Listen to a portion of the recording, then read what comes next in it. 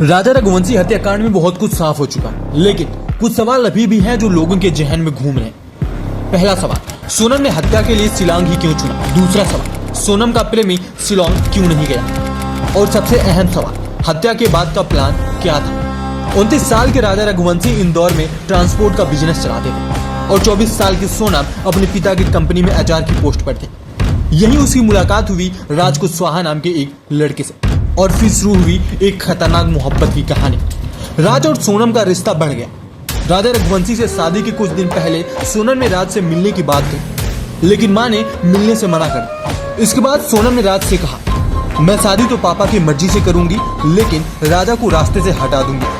अब सवाल, हत्या के लिए ही शिलांग क्यों चुना गया? इसका सीधा जवाब शायद किसी के पास नहीं, लेकिन जो बातें सामने आई हैं वो चौंकाने वाली है।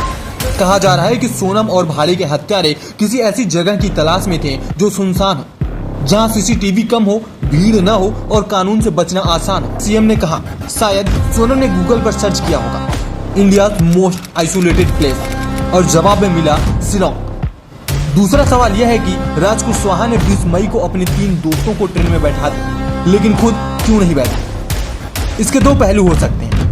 पहला, किसी को भी उस पर शक न हो और शायद इसीलिए वो राजा के अंतिम संस्कार में भी शामिल हुआ। दूसरा, मुमकिन है आखिरी वक्त में उसका मन बदल गया हो। अब आते हैं सबसे बड़े सवाल, हत्या के बाद सोनम का क्या प्लान?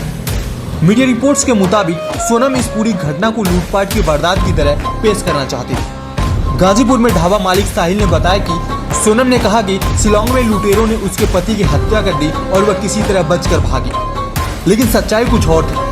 मीडिया रिपोर्ट्स की माने तो सोनम ने राज से कहा था, शादी के बाद लूटपाट की कहानी बनाकर राजा को खत्म कर देंगे, मैं विधवा बन जाऊंगी, फिर तुमसे शादी करूंगी, तब पिताजी भी मान जाएंगे। सवाल बहुत हैं और जवाब भी अब धीरे धीरे सामने आ रहे हैं। राजा रघुवंशी की हत्या सिर्फ एक क्राइम नहीं, बल्कि एक प्लान था, प्यार, धोखा और कानून का।